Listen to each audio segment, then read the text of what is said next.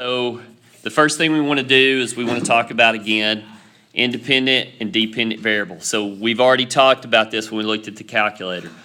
What is our independent variable? What variable is that? That is our x, okay? That is our x. What's another word we've been using for our x values? Called our domain. Again, all the different terminology. So our dependent variable is our y, also called our range. Very good. Now, on the calculator, I told you under the table set, what do you never ever do for the dependent variable? You never change it from auto. You never put it on ask. Always leave that one on auto. Independent, you can change based on what you're doing in a particular problem. So what you're going to be doing in this whole lesson are reading problems and identifying what is the independent and dependent variable. So all you need to do is ask yourself, which depends on what to determine what is your independent and dependent. So let's look at this example. In the winter, more electricity is used when the outside temperature goes down and less is used when the outside temperature rises. So, does temperature depend on electricity, or does electricity depend on the temperature? Electricity depends on the temperature. Okay, electricity depends on the temperature. So that's what we would write here. The electricity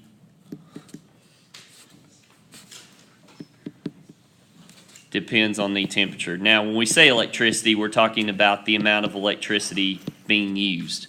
Okay, but we're just trying to get a general concept.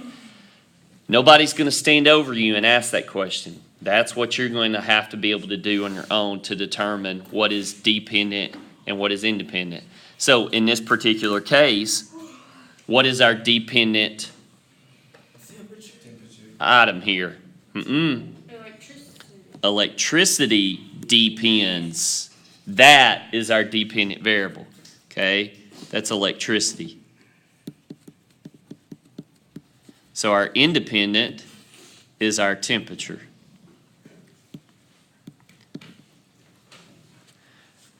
So whatever you say depends, that becomes your dependent variable. Now, this is important because typically we're always used to using what two variables? X and Y. X and Y. So in a word problem, you have to be able to identify, okay, this is what my X is, this is what my Y is.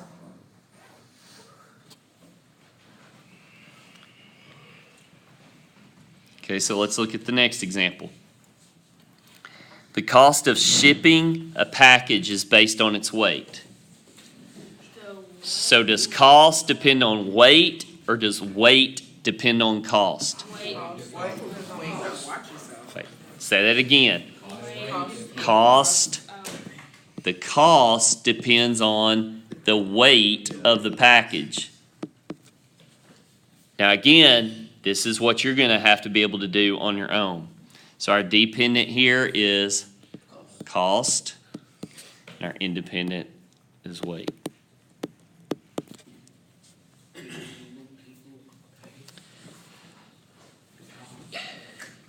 E's a little different in the way it's worded. The faster Tom walks, the quicker he gets home. the dependent is, would it be quicker? No, faster? How fast Tom walks? Faster. Okay, so what do we mean by the quicker he gets home? How we walk, speed. Okay, so the faster Tom walks, the quicker he gets home. The faster would be the His dependent. speed depends on the time. The faster Tom walks. It's time. It depends. But what do we mean by getting home? What are we talking about in getting home? Distance. There you go. The faster he walks, the quicker he gets home. So our distance away depends on, The quicker he gets home. so that's his what? Dependent. No, that's His time. No. We're talking about faster, but what does that represent? What is that? His what? Tom. Speed. His rate. His rate or his Speed. speed. Okay. So the distance depends on the speed or rate, okay? Different terminology. So the distance away from home would be our dependent, and our independent is his speed. Now, that's a little bit more difficult to read from that particular sentence, but it is what you're going to be asked to do. All right, this example is a little different because they've given it to us in what is called function notation. Now, listen very carefully. Function notation is very, very, very simple. Very simple. It is something students make way too hard. When we talk about function notation, here's what we're talking about. That is function notation. All that means is the same thing as y. So why even have a different notation? The reason is, with function notation, if I have something like this, then what that is telling me is, what am I putting in place of x? 2. I'm saying in function notation what x has to be. Is 2. Whereas if I put it as y equals, then I have to make a separate statement, something to the effect that x equals 2, plug in. Whereas in function notation, all I have to do is write this, and I know what should I plug in for x? 2. It's one and the same. It's just a different way of writing it. So what do we say in math? Same thing in different ways. Okay. So in this particular example, it says Amanda babysits and charges $5 per hour. So what is that? It's the rate. It is the rate, also called our slope. Okay, anytime again we see slope. This is a linear function. Here's how I know it's a linear function. So watch this very carefully on the table. What are my x values doing every time? Going up by 1. That is my run because it's my x. What are my y's doing every time? Going up by 5. That is my rise. So my slope is 5 over 1. Also right here, $5 per hour. Now, another reason it's important to understand that is because if it's $5 per 1 hour, my run is my x. Therefore, my x-axis is hours, which is time. My y-axis, which is my rise, is in dollars, which is some sort of cost, or in this case, they called it amount earned. The reason that's important, again, is because what are you going to eventually have to do? You're going to have to start graphing these. So you've got to be able to identify your axis and what they represent. Now, if I know my slope, I can identify my dependent and independent variables. My dependent is always my y. Again, my y was on top here. So cost, or in this case, amount earned, depends on how many hours I work. There's my x, my independent variable. There's my y, my dependent variable.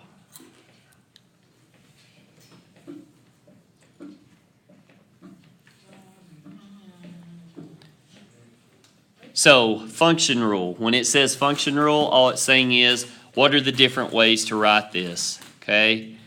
If I'm doing function notation, this is written like this. F of x equals 5 times x.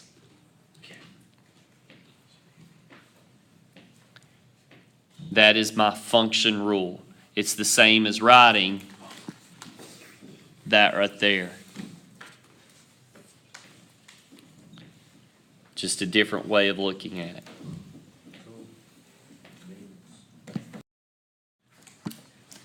Okay, so in example B, the admission fee at a carnival is $9. Each ride costs $1.75. How much does it cost to go to the carnival and then go on 12 rides? Okay, so we got to talk about our dependent independent. So blank depends on the blank plus $9. Why do we say plus $9? What's the $9? The fee to get into the carnival, okay?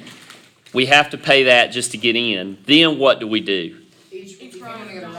Okay, we pay based on the number of rides. So when we're looking at this sentence right here, what we're trying to do is state the cost depends on the number of rides plus the $9. There you go.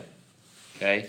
The cost to go to the carnival is going to depend on how many rides you ride plus the $9 you got to pay for the admission fee. So basically it's 1.75 X R plus 9. There you go. The 1.75 is the cost per ride. So what is that 1.75 representing? That's our what? How much each ride costs? Each ride, per ride. It's our what again?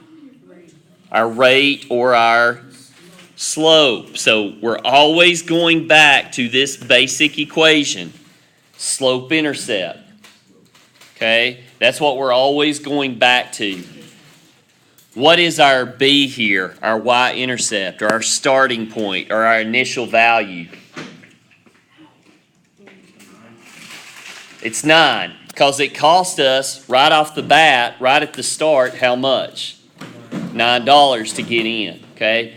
That's what you guys have got to start picking up from this. You got to start figuring that stuff out. All right, so our dependent variable here is our cost. Our independent variable is our number of rides. Let R represent rides. R rides, okay? They coincide here. So this is what Nala was asking about the letters, okay? The function for the total cost of the carnival is f of r equals, and this is what Ryan said, 1.75 r plus 9. That's your function. So they're not using x and y. Here they're using just r with a function notation. So it asks us how much it would cost to do 12 rides. So what are we doing? We're plugging 12 in for R. So this becomes f of 12. So our equation becomes 1.75 times what? 12. That's what our R is. Plus 9.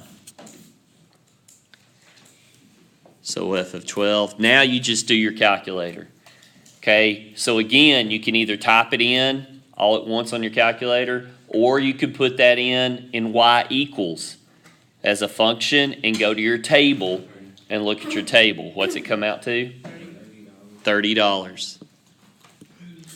So it costs me $30 to go to the carnival and go on 12 rides.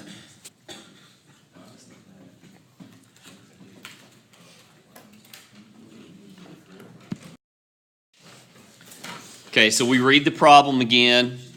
Identify what is our independent dependent. The telephone company charges 25 cents per minute. What is this again? This would be our slope. That's our slope. For the first 5 minutes of a call, plus 45-cent connection fee. So no matter what do I have to pay? 45 cents, the connection fee. That's like my what in my equation? My y-intercept, my starting point, my zero term, my initial value. Write a function for the total cost in dollars. So they've kind of set it up for us. Total cost, that's our dependent. What's that depend on? How many minutes we talk. So we're going to fill in the rest of this. F of M, so what's M standing for? Minutes. Minutes, that's why they use M, is 0.25 times what? 40, no, 5 minutes. Okay, 5. But we're wanting to just write the function So. or the equation. So we don't put 5 yet. What do we put? M. Plus 0.45. Now it's important you do 0.45 because we're talking about it in money, but for specifically cents, okay? The charges only occur if a call is made. So a reasonable domain would be what? What would be a domain that would work here? What do they charge us for? A minute calls. Each minute for the first. 5 minutes. So our domain would be 5. 0, 1, 2, 3, 4, up to 5. What are they not charging us for? They're not charging us for partial minutes. So what kind of function would this be? Continuous or discrete? Discrete. This is a discrete because they're independent points. Okay. Continuous is all connected. All connected. So it says substitute these values into the function to find the range. This is why we want to use the table on our calculator. We don't want to do 5 or 6 different equations. We just want to do a table. So go to y equals, type your function in. So you're going to type 0.25 x, not m, plus 0.45. So you should have that typed in under y equals on your calculator. Y equals 0.25, X plus 0.45. You're then going to go to second window under your table set. We want our table to start at 0. Okay, we want our table to start at 0. We want them to go by ones because we go per minute. And then we want both of those to be on auto because we automatically want to see what the values are here. Why do you want So now press second graph, go to your table, and tell me what the values are for each of those. What is it for 0? 0.45. 0.45, then what? 0.7. 0.7, then what? 0.95. 0.95, 1.2. 1.2, 1.45? 1.45, 1.7. 1.7. That should be where we stop, right? Yes. Because we only went up to how many minutes? 5. 5 minutes. So here's what I want you to do. I'm going to give you a couple minutes here. I want you to try both of the your term problems, 5 and 6 here. I'll give you a minute to do that, and then we'll check them.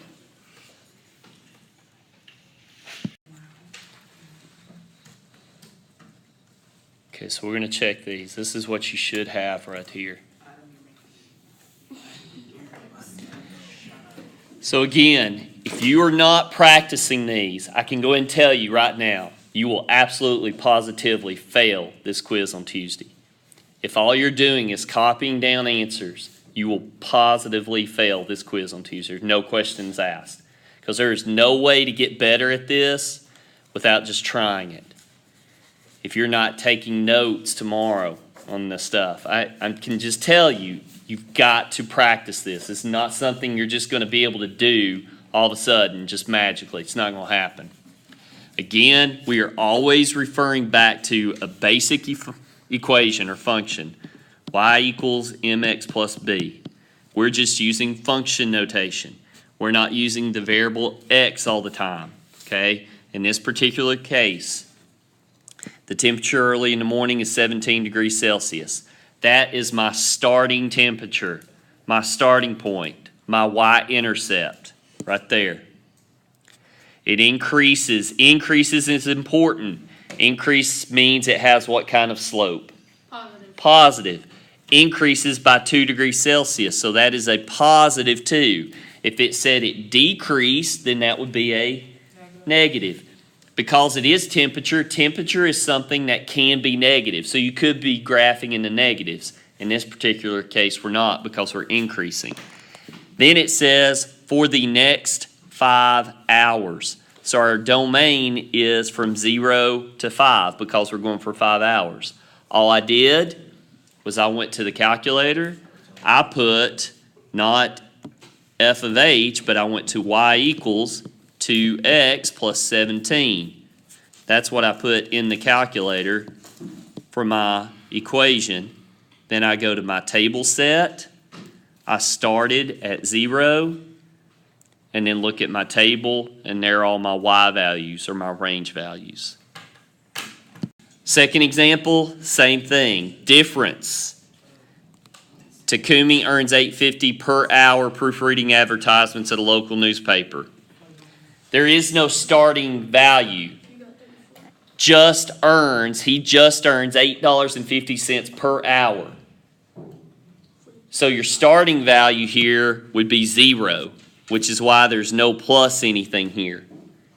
You just get $8.50 per hour. I used H here for both of these examples because they were based on hours. Again, works no more than 5 hours. So can he work 5 hours? Yeah. But can he work more than 5? No. So again, that's why my domain goes from 0 to 5. Again, if I were going to graph these, what kind of function would it be? Discrete or continuous? Discrete, because we're talking about each individual point. It's not all connected. So again, I go to y equals, put my function in, go to my table set, start at 0, go by ones, go to my table, and there are my y values for my range. So for this homework, you're going to be doing numbers 1 through 23 odd. Okay, 1 through 23 odd.